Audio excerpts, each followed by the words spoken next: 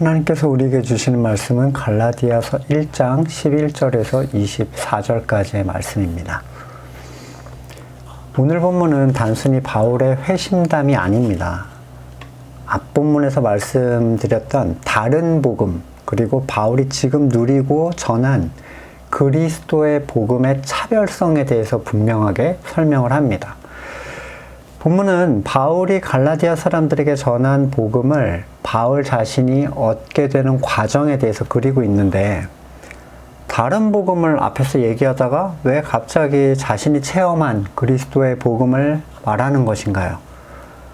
앞본문과 이 본문은 아주 자연스럽게 이어집니다. 누구든 자신이 복음이라는 것을 가지고 전도를 시작하죠. 만약 복음이라는 것을 내가 가지고 있지 않다면 전도지나 커피만 줄 뿐, 그리고 우리 교회 오세요라고 할 뿐 아무 말도 할 수가 없습니다. 이전에도 말씀드린 기억이 있는데, 어떤 은퇴 장로님이 자기가 체험한 가치를 가지고 전도를 하려는 모습을 본 적이 있어요. 자기의 집안을 보고 자기 자식들이 얼마나 잘 되고 있는지를 보고 믿을지 안 믿을지 결정을 해라. 이게 복음인가요?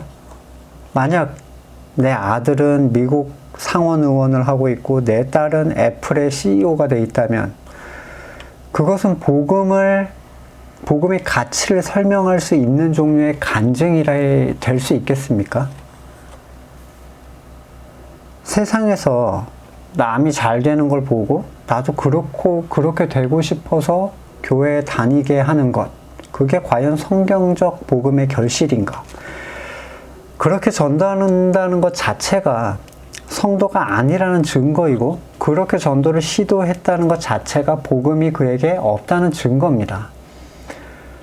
사람의 지혜, 사람의 방식이라는 것은 세상에 속한 사람들이 세상에 속한 사람들을, 그러니까 세상에 속한 사람이 세상에 속한 사람을 끌어당기기에 좋은 방식입니다. 교회 안 다니는 친구를 끌어들이기 위해서 교회 학교가 하는 행동들이 뭐죠? 친구, 새신자 초청잔치, 여름 성경학교, 온갖 먹거리, 놀거리, 선물, 놀이동산 공짜로 데리고 가기, 문화상품권 주기, 스포츠, 음악, 연주하는 거. 마치 약장수가 약 팔기 위해서 뱀이고 원숭이고 애들 가라 그러면서 막 부르잖아요. 사람 끌어모으는 것과 같아요.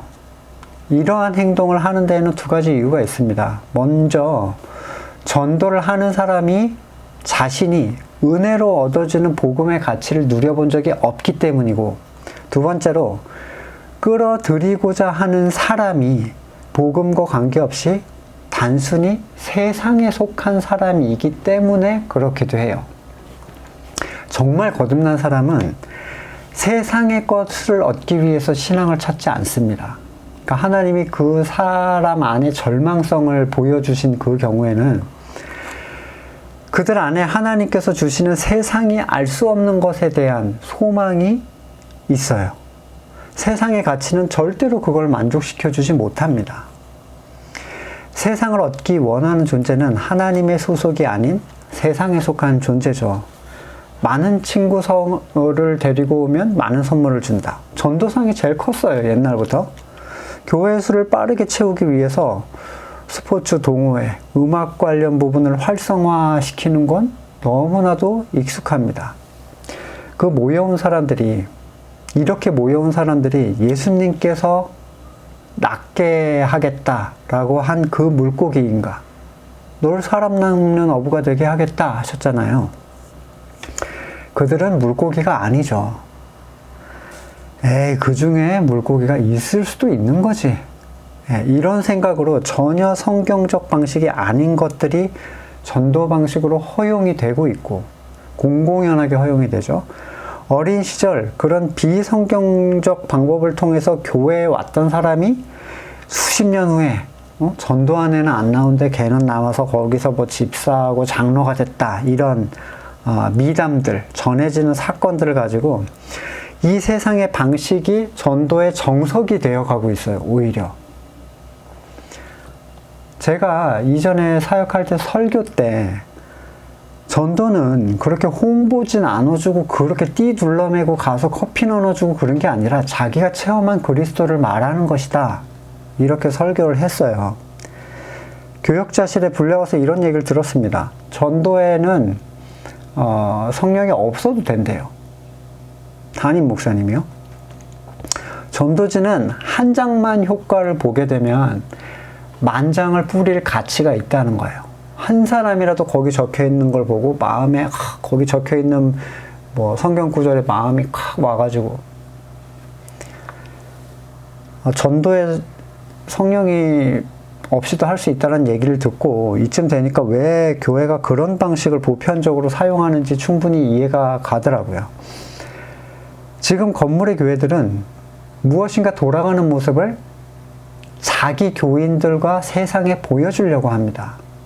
하지만 하나님의 일들은 세상에 속한 자들은 알 수도 없고 그것이 되어지는 것을 알아채질 못해요. 예를 들어 볼게요. 복음을 전하고 누군가 생명으로 들어오는 그 상황을 세상에 속한 사람이 과연 이해할 수 있을까요?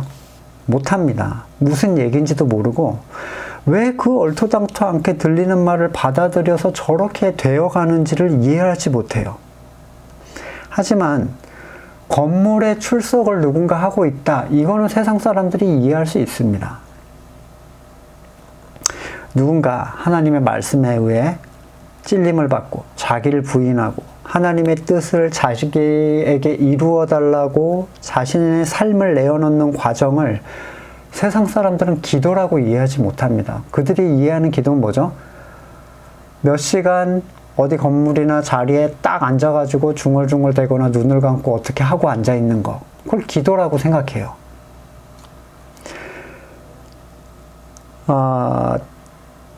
누군가 자기의 삶 속에서 자기를 낮추시고 거저주시는 은혜로 그리스도의 의를 얻은 것에 대해서 감사하고 누군가에게 자랑하는 것. 이걸 세상 사람들은 찬양이라고 이해하지 않습니다.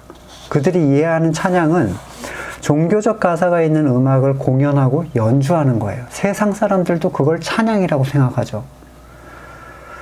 자신의 선을 주장하는 그 옛 가치를 하나님의 말씀 앞에서 기꺼이 상한 심령으로 올려드리고 자기의 낮음, 무능함을 인정하고 이 과정을 예배라고 세상이 인정할까요?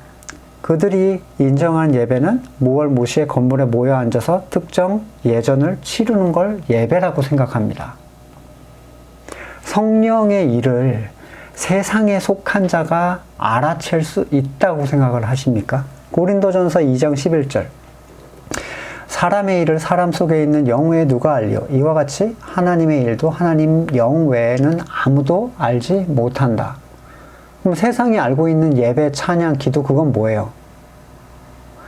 하나님의 일이 아니에요.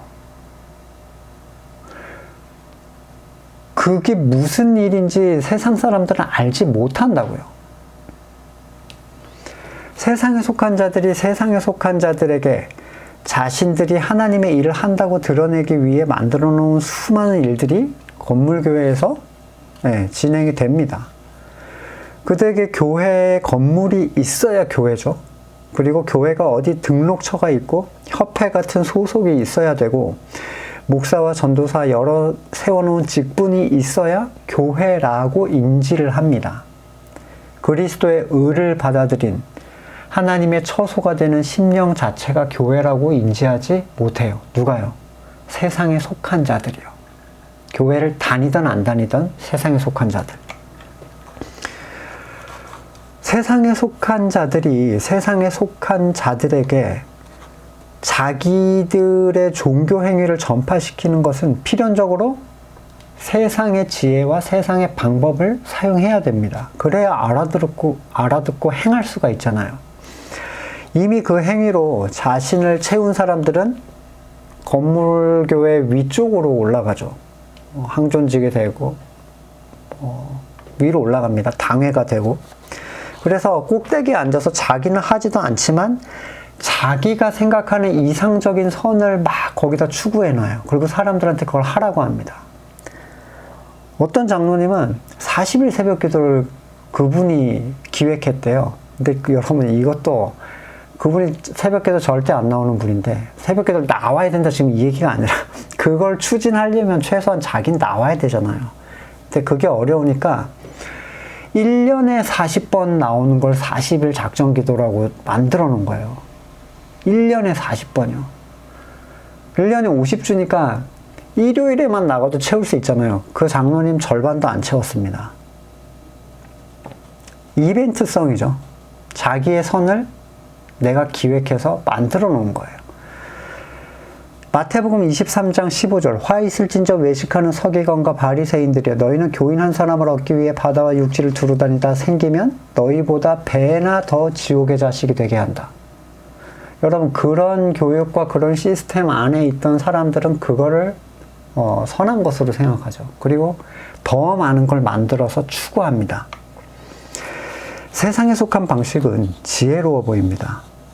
하나님은 왜 그 방식을 쓰지 않으실까요? 세상과 세상에 속한 것이 악한 자에게 처한 것이기 때문이에요. 고린도전서 1장 20절 지혜 있는 자가 어디 있느냐 선비가 어디 있느냐 이 세대 변론가가 어디 있느냐 하나님께서 이 세상의 지혜를 미련하게 하신 것이 아니냐. 고린도전서 2장 4절 이하에 내 말과 내 전도함이 설득력 있는 지혜의 말로 하지 아니하고 다만 성령의 나타나심과 능력으로 하여 너희 믿음이 사람의 지혜에 있지 아니하고 다만 하나님의 능력에 있게 하려 하였노라.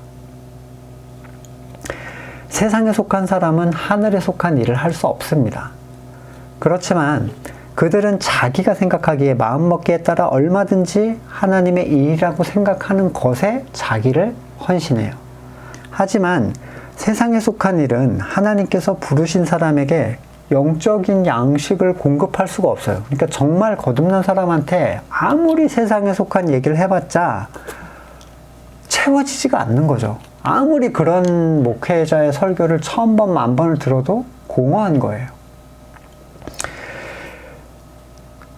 요한복음 6장 28절에 그들이 묻되 우리가 어떻게 해야 하나님의 일을 하오리이까? 예수께서 대답하여 이르시되 하나님께서 보내신 이를 믿는 것이 하나님의 일이다. 하지만 나는 이미 믿고 있다라고 생각하는 사람에게 이 말씀은 아무 의미가 없어요. 자, 내가 믿고 있다고 생각하는데 나한테 아무런 행위가 안 나타나요. 그러니까 어떻게 해야 되죠? 내 믿음을 증명하기 위해서 뭔가 행위를 만들어 주려고 하죠. 네, 행위로 믿음을 증명해내려고 하는 거예요. 참 믿음을 통하여 흘러나오는 행위가 아니라 행위, 내가 만든 행위를 통해서 없는 믿음에 대한 가치를 드러내려는 거예요. 하지만 그들의 행위는 성령을 통한 행위가 아니라 자신의 거짓 믿음을 안심시켜줄 사람이 만들어 놓은 사람의 행위들입니다. 행함이 없는 믿음은 죽은 것이다. 이 말을 이 거짓 행위를 하도록 만드는 구절로 사용하는 사람들이 한둘이 아니죠. 너 행위가 없는데 너 죽은 믿음 같아. 막 스트레스 받고 이제 행위를 하는 거야. 내 죽은 믿음이 아니라는 걸 보여주려고. 바울의 복음은 사람으로 인한 것이 아니었습니다. 사람의 의도도 사람의 가르침도 아니었어요. 전적인 그리스도의 은혜였는데 16절에서 그를 내 속에 나타내시기를, 여기서 나타내다는 이 아포칼립토라는 이 헬라어는 본뜻이 덮개나 베일을 벗겨낸다는 뜻이에요. 그러니까 덮개에 덮여 있는 그 안에 것의 본 모양, 본 가치를 어떻게 알 수 있겠어요? 저 안에 뭐가 있지? 네, 모르죠. 고린도 후서 3장 14절에 그러나 그들의 마음이 완고하여 오늘까지도 구약을 읽을 때 그 수건이 벗겨지지 아니하고 있으니 그 수건은 그리스도 안에서 없어질 것이라. 오늘까지 모세의 글을 읽을 때 그 수건이 그 마음을 덮었도다. 그러나 언제든지 주께로 돌아가면 그 수건이 벗겨지리라. 주는 영이시니 주의 영이 있는 곳에 계신 곳에 자유가 있다. 우리가 다 수건을 벗은 얼굴로 거울을 보는 것 같이 주의 영광을 보매 그와 같은 형상으로 변화하여 영광에서 영광에 이르니 곧 주의 영으로 말미암음이다. 바울은 가말리엘의 문화의 최고등 교육, 율법 교육을 받았습니다. 그러나 그가 받은 교육은 사람에 의한, 그러니까 덥게 가리워진 율법이었죠. 그러니까 율법의 본질을 보지를 못하고 가려진 율법을 계속 보고 있었던 거예요. 그리고 그는 그리스도의 가치와 율법의 본질을 하나님의 능력을 통해서 덮개를 벗기고 확인하게 됩니다. 그 결과를 어떻게 결론을 내냐면 이 율법에 정통했던 자가 로마서 3장 20절에 그러므로 율법의 행위로는 그의 앞에 의롭다 하심을 얻을 육체가 없나니 율법으로는 죄를 깨달음이라. 특정 행위를 지켜서 이루어내는 것은 못한다라는 죄인됨을 드러낼 뿐이라는 거예요. 그게 목적이라는 거예요. 본래 목적. 그래서 이제는 율법 외에 하나님의 한 의가 나타났으니까. 자, 율법으로 얻을 수 있는 의가 있고 그리스도로 얻을 수 있는 의가 있는데 율법으로 얻을 수 있는 의는 얻을 수가 없어요. 인간이 연약해서. 이 외에 다른 한 의가 나타났으니 율법과 선지자들에게 이미 증거를 받은 거라는 거예요. 이게 올 것이다라고. 근데 아직도 뭘 지켜야 된다, 말아야 된다, 11조가 이런 얘기하고 앉아있으면 참 덮어진 걸 계속 보고 있는 거예요. 따라서 예수님으로부터 복음을 받지 않은 사람은, 그러니까 예수님이 베일을 벗겨주지 않은 사람은 참된 복음을 전할 수가 없어요. 그가 전하는 것은 덮개에 쌓여진 복음입니다. 설령 여러분이 이것을 제가 지금 드러내서 얘기한다고 해도 예수님이 그걸 드러내 주시지 않으면 앵무새 같은 얘기만 할 뿐 그 본질을 체험할 수가 없다는 거예요. 만약에 누군가의 설교를 듣고 여러분이 회심했다고 해서 여러분 그 사람이 여러분을 회심시킨 게 아닙니다. 왜 함께 들은 다른 사람들은 회심되지 않았을까요? 왜 그 많고 많은 사람 중에 오직 당신만이 눈이 열리고 영적인 생명이 시작될 수가 있었는가? 이게 사람의 능력이나 의도나 노력으로 되는 게 아니기 때문입니다. 새롭게 만들어질 성전의 영광에 대해서 성경이 이렇게 말을 합니다. 스가랴서 4장 6절에 만군의 여호와께서 말씀하시되 이는 힘으로 되지 않고 능력으로 되지 않고 오직 나의 영으로만 된다. 오직 하나님께서 하시는 일이라는 거예요. 이 새 성전을 우리 안에 창조하시는 일. 고린도전서 3장 7절 그런즉 심는 이나 물 주는 이는 아무것도 아니로되 아무것도 아니래요. 상당한 지분이 있지만 복음에 대한 상당한 그들의 그 노력이 인정이 되지만 이런 게 아니라 아무것도 아니로되 오직 잘하게 하시는 이는 하나님뿐이다. 예수님께서 말씀으로 그렇게 뿌리셨는데 예수님 당시에 누가 깨어났습니까? 반면에 베드로는 한 번에 3,000명, 5,000명 이렇게 회심을 했어요. 베드로가 예수님보다 뛰어나서 그렇게 됐습니까? 구원은 하나님의 계획에 달려 있는 거예요. 예수님의 구원은 보내신 자의 뜻, 하나님의 택하신 자만을 향합니다. 보편적 인류를 향하는 구원의 메시지가 아니에요. 그래서 내 양이 내 음성을 듣는다고 말씀을 하시는 거죠. 내가 구원을 위해서 나 저 사람 구원하고 싶어. 내가 우리 가족 중에 누구 구원하고 싶어. 그래서 잘해주고 호의 베풀고 억지로 종교 행위를 한번 시켜보고 성경을 계속 읽어주고 희생적으로 헌신한다고 그가 구원을 받는 게 아니라는 겁니다. 그렇다면 하나님의 방식이 아니면 결코 구원 사역이 일어나지 않아야 성경적 아니에요.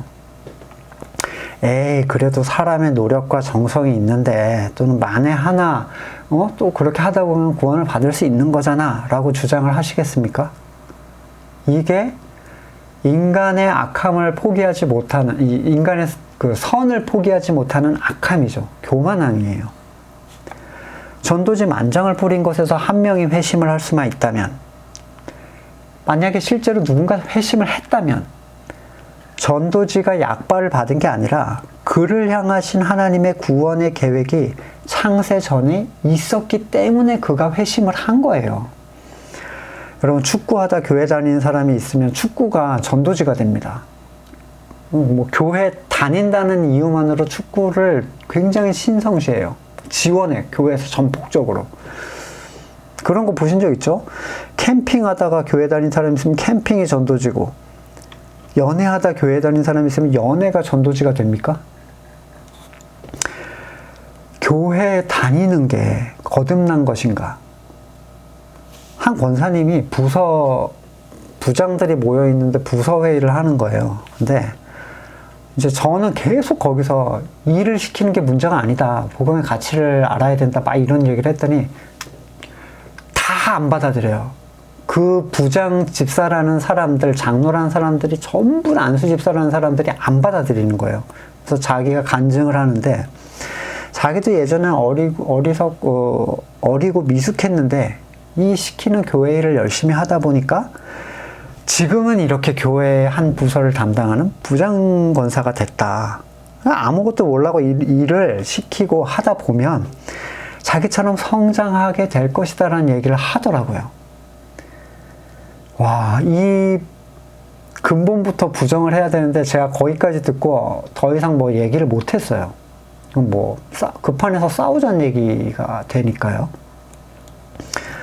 교회는 어떻죠? 그냥 그 일을 꿰차고 열심히 돌려주면 당에는 아무 말 안 합니다. 그가 복음을 알든 뭘 하든 온갖 세상의 방법을 다 가져와도 괜찮아요. 뭐만 되면 부서에 사람만 늘어나면 됩니다.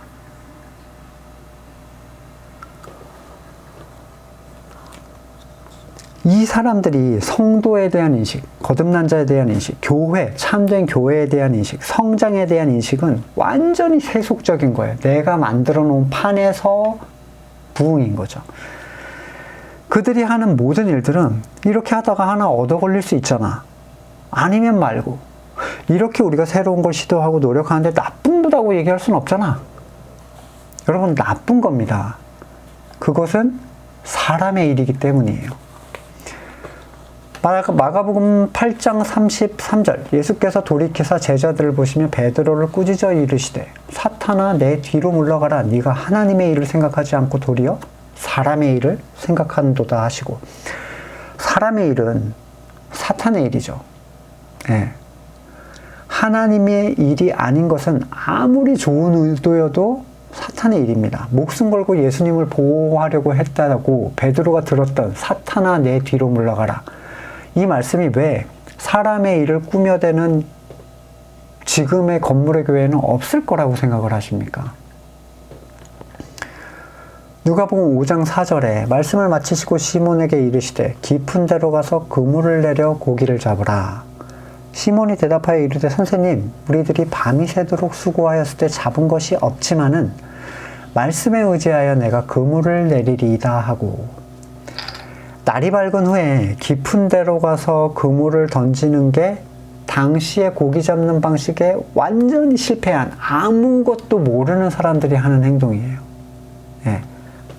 전에 요한복음 때도 한번 설교를 한 적이 있지만 어두울 때 얕은 곳에서야 그물이 촥 깔릴 때도 고기가 가만히 있다가 이미 갇혀서 도망갈 데가 없는 거예요. 깊으면 다 밑으로 나갑니다. 더구나 뭐 그늘이 갑자기 확 진다 그러면 다 튀는 거죠. 예수님께서는 고기잡이 전문가들에게 그들이 추구하던 방식, 그들이 익숙하고 당연시 효과 있다고 생각했던 정석이었던 정반대의 방식을 명령을 하셨어요. 근데 베드로가 어쩐 일인지 말씀에 의지하여 그것을 행하고 많은 고기를 잡게 됩니다. 다른 사건이 있죠. 요한복음 21장 6절 이르시되 그물을 배 오른편에 던지라 그리하면 잡으리라 하시니 이에 던졌더니 물고기가 많아 그물을 들 수 없었더라. 자, 물이라는 게 이 육지처럼 경계가 없잖아요. 오른편에 던지는 거나 왼편에 던지는 거가 의미가 있습니까? 지금 이 무의미한 행동을 말씀에 따라 순종했을 때 그들은 기대하지 못했던 고기를 잡게 됩니다. 그런데 문제는 뭐냐면 사람들은 방식에다가 자꾸 가치를 둬요.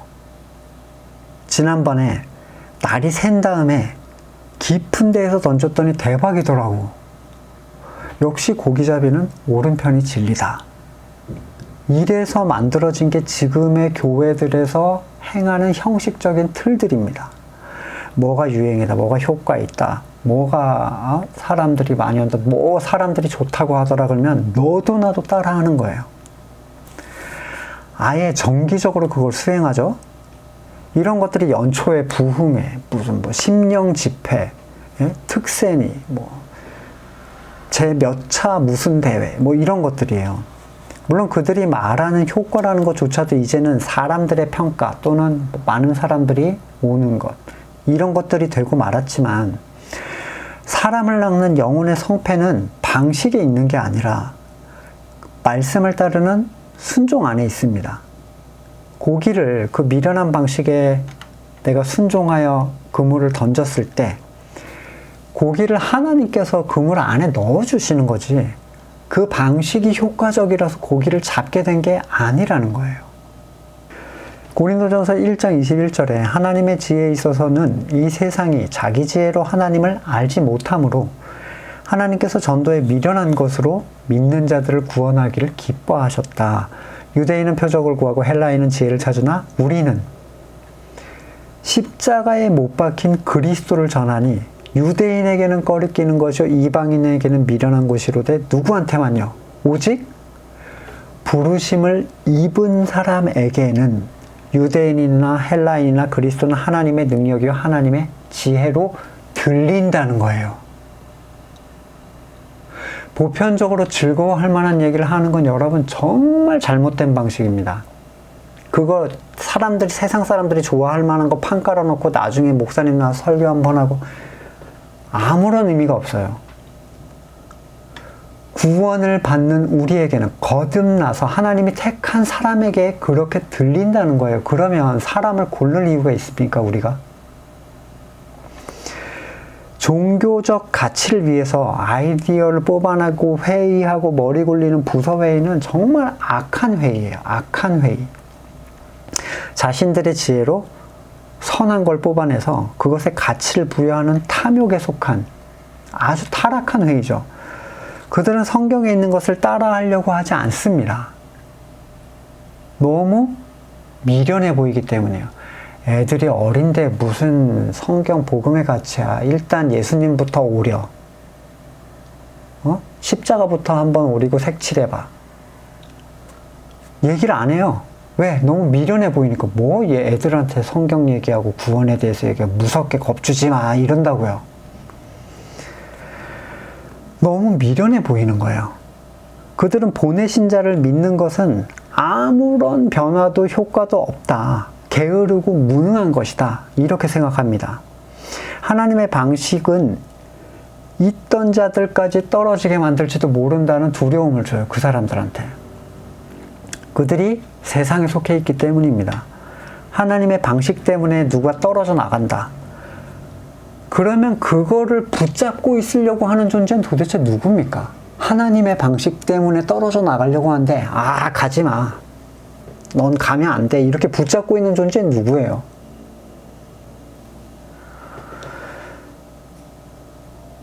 고린도전서 1장 18절 십자가의 도가 멸망하는 자들에겐 미련한 것이요 구원을 받는 우리에게는 하나님의 능력이다.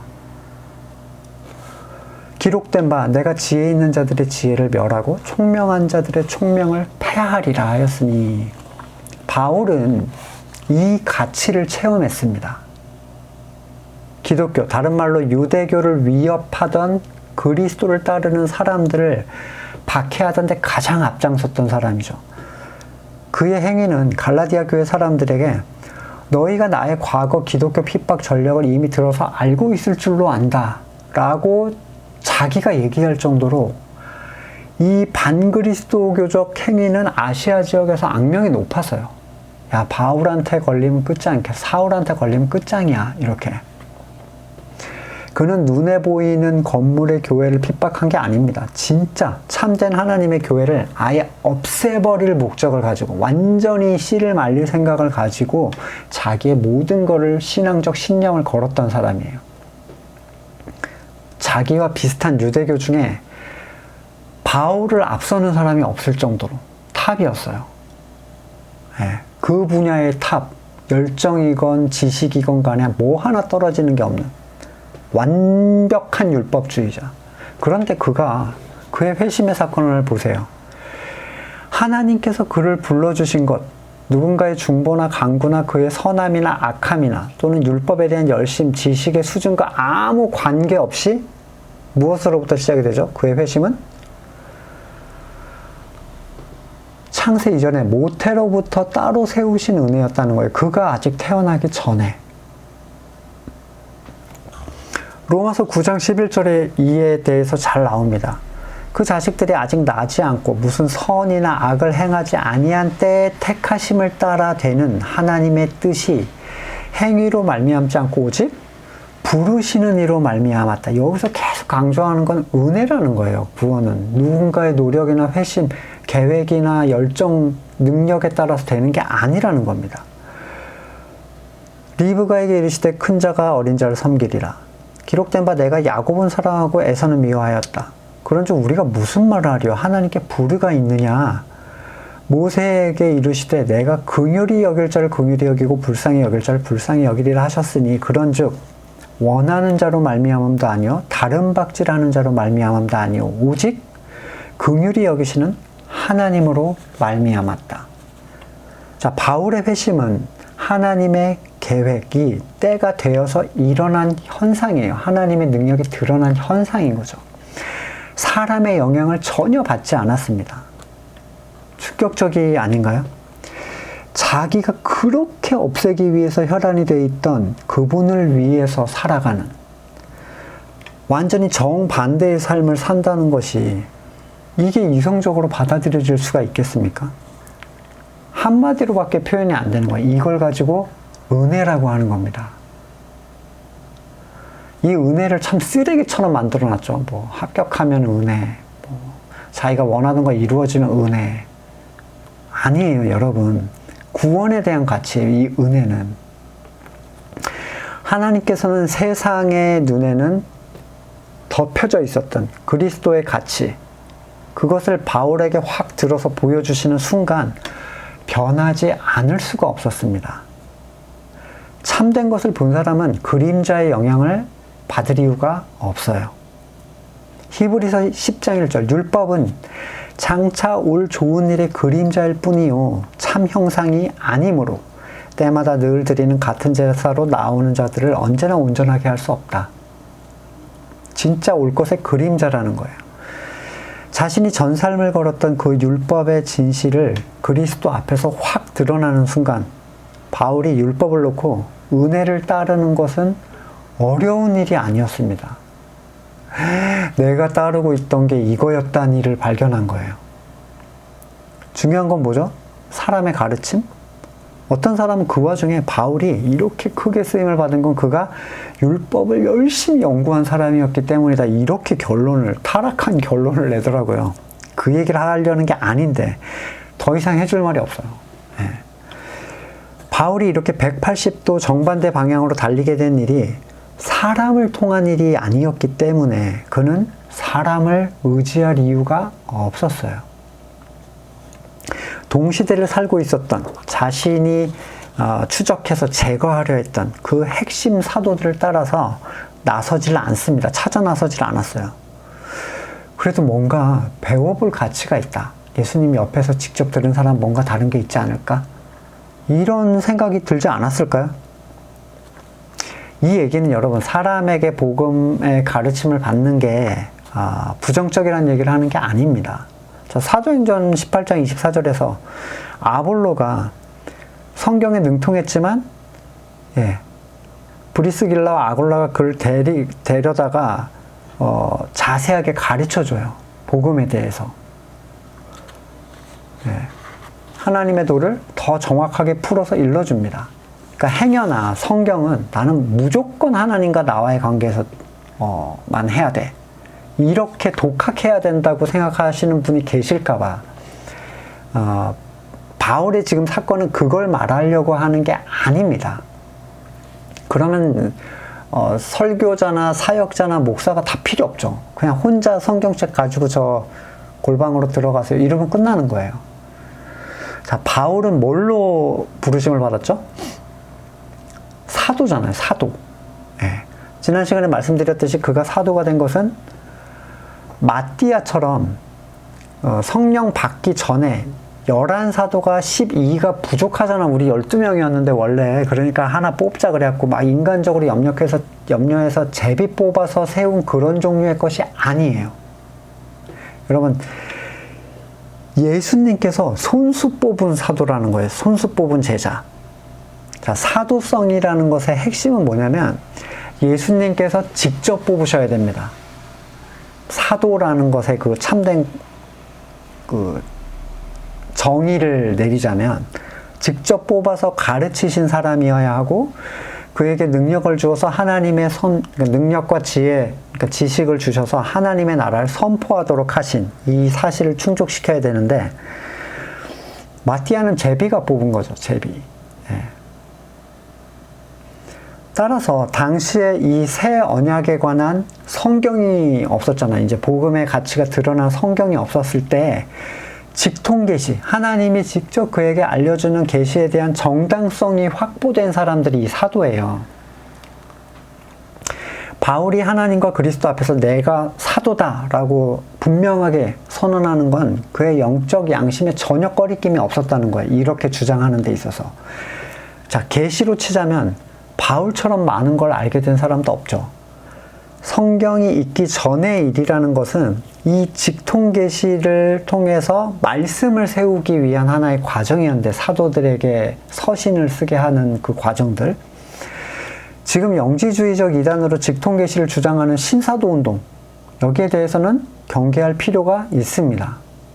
율법주의와 영지주의를 지금 변형된 신앙, 다른 복음이라고 지난 시간에 말씀드렸는데 말씀과 관계없는 얘기들을 자기 멋대로 하나님의 계시를 받았다 이렇게 얘기해요. 말할 것도 없이 복음과 관계없는 이단이에요. 그러니까 신사도 운동에 대해서 따로 뭐 공부하시고 막 할 필요 없어요. 뭘 보시면 되냐면 나무 위키를 찾아보면 걔네들이 주장하는 게 뭐고 어떤 걸 추구하고 있고 어떤 종류의 사람들이 있는지가 굉장히 자세히 나와 있습니다. 뭐 나무 위키가 무슨 뭐 학문적인 가치가 있는 그런 공신력이 있는 어떤 그 지식은 아니지만 굉장히 정리를 잘 해놨어요. 그냥 신사도 운동에 대해서 한번 나무 위키 찾아보시면 정리가 많이 되실 겁니다. 많은 사람들이 따라다니는 잘못된 길들이 굉장히 잘 드러나 있어요. 자, 다시 본문으로 돌아와서 바울은 그리스도를 통하여 부르심을 받은 사도로서 3년이라는 시간을 다마스쿠스에서 보냅니다.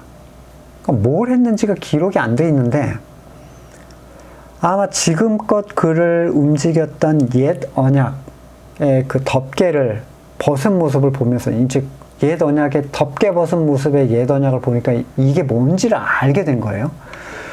그러면서 새 언약의 가치를 확인하고 말씀 안에서 배우는 시기였겠죠. 누구에게요? 성령 안에서 가르침을 받는 시기에. 그쵸? 예. 그는 돌아와서 예수님의 제자들과 아주 짧은 만남만 가졌다. 이 말을 결코 하나님 앞에서 맹세코 이건 거짓말이 아니다. 이렇게까지 왜 이렇게 얘기를 할까요?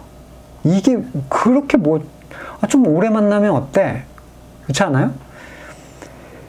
왜 이렇게 강조를 하는 거냐면 당연히 바울의 회심과 그의 영적인 지식이 이 사람들, 유력한 사도들로부터 왔을 것이다 라고 생각하는 사람들의 생각을 전면적으로 부정하고 차단하기 위함이에요. 자, 누군가의 회심은 사람이 만들어 놓은 방식이나 사람의 지혜로부터 온 것이 아니라는 사실이 왜 이렇게 중요한가? 생각해 보세요. 바울의 초특별한 회심이잖아요. 역사상 유례가 없는 회심인데 역시 사도들, 그 11사도들의 가르침은 역시 차원이 달라. 역시 여름 성경 학교는 효과적이야. 역시 전도특공대의 결실은 풍성해.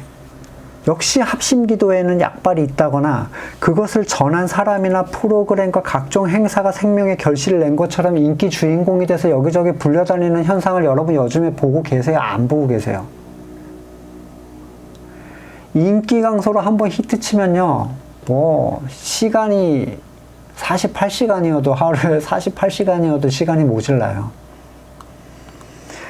심지어는 말씀보다 베드로의 순종에 초점을 둡니다. 이 베드로가 주님 말씀에 의지하여 순종하겠습니다. 그랬더니 고기를 잡았잖아요. 그래서 순종에 초점을 둬서 뭐라고 하냐면 순종이 생명을 만들어냈다. 이런 결론을 내는 거예요. 여러분, 베드로가 왜 순종했습니까? 완전히 실패했기 때문에요. 완전히. 그런데 실패도 해보지 않은 사람들, 그러니까 실패라고 생각하지도 않죠. 잘 안 돼. 내가 하니까 잘 안 돼. 그러니까 멋진 결과를 위해서 이를 악물고 시키는 대로 해보려고 하는 거예요. 내가 하는 것보다는 하나님이 하시는 게 더 효과적이다. 이게 겸손해 보이지만 전혀 겸손하지 않은 생각입니다. 내가 하는 것은 효과가 약한 게 아니라 무가치하고 악하다는 체험적 결론이 아니라면 순종이라는 건 내가 하는 것보다 더 좋은 결과를 추구하는 그냥 방식이 될 뿐이에요. 실패하지 않은 자의 순종은 순종이 아니라 새로운 시도입니다. 그냥 그렇게 한번 해보는 거예요. 잘 되나 안 되나. 이거를 이해를 하실 수 있었으면 좋겠는데, 24절에서 성도들이 그리스도의 복음으로 회심한 바울을 두고 어떤 반응을 보이는지 보세요. 이게 그리스도의 복음에 대한 성도들의 반응인 거죠. 자, 먼저 그들이 주목하는 모습은 바울이 교회 일을 많이 했는가에 대한 부분이 전혀 없습니다. 그가 얼마나 많은 종교 행위를 수행하는지, 얼마나 많은 교회 건물을 짓고 기도를 몇 시간 하고 성경을 몇 독하고 어떤 행사를 완수했는지에 대한 내용이 아니에요. 중요한 건 뭐죠? 그가 없애고자 했던 그 믿음을 전하는 자가 되었다. 이게 핵심입니다. 그가 없애고자 했던 믿음이 뭡니까? 예수 그리스도가 의가 되신다라는 것. 스스로의 노력으로 의를 추구했던 자가 그 절망성을 깨닫고 거저주시는 의를 받아들이고 그거를 전하기 시작했다는 사실. 이것이 진짜 성도들, 교회 다니는 사람이 아닌 진짜 성도들에게 하나님께 영광을 돌리는 일이 되었다는 거예요. 이게 어떻게 온전히 하나님께 영광을 돌리는 일이 됩니까?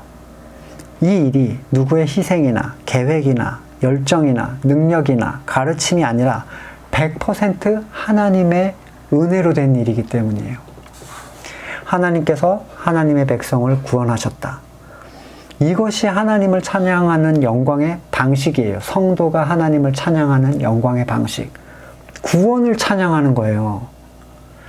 우리가 흔히 건물의 교회에서 치는 영광의 박수. 저는 그 표현을 정말 싫어해요. 그거 막 치자 그러면 기분이 막 안 좋아져요. 표현은 안 하지만 성경 어디에도 없는 방식이고 지극히 세상이 세상을 영광스럽게 하는 그 방식이기 때문인데, 제가 아는 한 청년이 그 담당 부목사에게 영광의 박수는 하나님께 영광을 돌리는 방식이라고 하기 어렵지 않냐 질문을 했더니 이 부목사가 박수를 쳐서 영광을 받으실 수도 있는 거잖아 라고 대답을 했대요. 아니, 어떻게 이게 성경을 가르치는 사람의 반응이 될 수가 있습니까? 성경에는 하나님께 영광을 돌리는 성경적 방식에 대한 언급이 굉장히 많이 나옵니다. 그런데 전혀 관계없는 사람의 일을 두고 받으실 수도 있지 않냐라는 말을 하면 되는 겁니까? 그러니까 사람들이 뭘 합니까? 깃발도 흔들고 폭죽도 터뜨리고 네온 사인도 만들고, 그쵸? 건물도 크게 짓고 조명도 켜고 장식도 하는 거예요. 잔치도 해드리고. 그 중에 하나라도 받으실 수도 있는 거잖아. 바울은 오늘 본문 속에서 자신이 누리고 증거했던 복음은 앞에서 말한 다른 복음과는 분명히 차이가 있다는 걸 보여줍니다. 어떤 현상이 나타나요? 그리스도의 의를 거부했던 자가 그리스도의 의를 누리고 은혜로 누리는 거예요. 그 가치를 증거하는 자가 되었다는 사실. 어떤 세상이나 세상의 방식이나 사람을 통한 게 아니라 온전히 하나님의 은혜를 통해서 내가 그렇게 되었다는 사실. 이게 다른 복음과 그리스도의 복음을 구별하는 가장 분명한 차이입니다. 다른 복음 지난주에 말씀드렸죠. 수단은요. 그리스도의 복음은 수단이 어떤 거예요? 은혜로 얻은 믿음이에요. 노력, 대단한 인물, 지식, 가르침 이런 거가 아닙니다. 은혜예요. 두 번째로 얻게 된 그 가치는 세상이 아니라 의예요. 의. 그리스도로 얻게 된 은혜의 의. 이외의 다른 방식, 다른 가치는 다른 복음에 속하고 바울은 거기다 엄청난 저주를 퍼붓습니다. 근데 그거를 여러분 전도하고 다니는 사람이 얼마나 많은지 몰라요. 천사라도 그런 얘기를 하면 저주가 있을 것이다 막 이랬는데 그거를 아무렇지도 않게 전도라고 하고 다닙니다. 성도들은 바울이 누렸던 그리스도의 복음을 보고 하나님께 찬양하고 하나님께 영광을 돌렸습니다. 왜냐하면 그 놀라운 가치가 온전히 하나님께서 내가 내 백성을 너를 통해 번성케 하겠다는 그 아브라함에게 주신 약속의 성취가 됐기 때문이에요. 하나님께 영광을 돌리는 일은 예수를 믿는다는 사람들의 세상적 성공을 통해서 드러나는 방식이 아닙니다. 세상은 하나님께 영광을 돌리고 있는지 아닌지를 감지하지도 못해요. 그게 뭔지도 모릅니다. 하나님께 영광을 돌리는 존재들은 오직 성도들 뿐입니다. 진짜 성도들이요. 세상은 전혀 알아채지 못하죠. 여러분, 거듭난 그 시간을 기억해 보세요. 여러분이 정말로 회심한 사람이라면 누군가를 통해서 내가 이렇게 됐다. 그래서 그가 내 은인이다. 이렇게 생각하실 수 없어요. 그 누군가는 하나님의 은혜를 흘려보내는 존재였을 뿐이죠. 그 놀라운 사건은 오직 하나님의 택하심, 창세 이전의 택하심을 통한 은혜였고, 그래서 얻은 감격의 최대의 가치는 뭡니까? 그리스도의 의. 널 의롭다고 해줄 것이다. 그래서 참된 성도들은 그것을 보고 자신에게 있었던 그 은혜가 흘러가는 모습을 보면서 그에게도 흘러갔구나. 하나님의 능력과 위대하심을 찬양하게 되는 거예요. 이게 하나님이 받으시는 영광이에요. 여러분 혹시 세상의 방법 또는 사람을 의지하고 계시진 않습니까? 또는 특정 목회자, 특정 서적, 여러분 특정 목회자를 절대로 의지하시면 안 돼요. 저는 당연한 거고 누구도 여러분의 구원의 수단이 되어줄 수 없어요. 그냥 그는 통하는 존재일 뿐이에요. 또는 그리스도의 의가 아닌 다른 세상의 가치를 기대하고 계시는 건 혹시 아니시겠죠? 그건 복음이 아닙니다. 온전히 하나님의 은혜가 여러분 안에 그리고 다른 성도들 안에 일어났음을 보면서 하나님만이 누리실 수 있는 그 영광을 온전히 하나님께 돌려드리고 있는가? 하나님의 구원의 은혜를 찬양합니다. 말씀을 놓고 자기를 돌아볼 수 있기를 원합니다.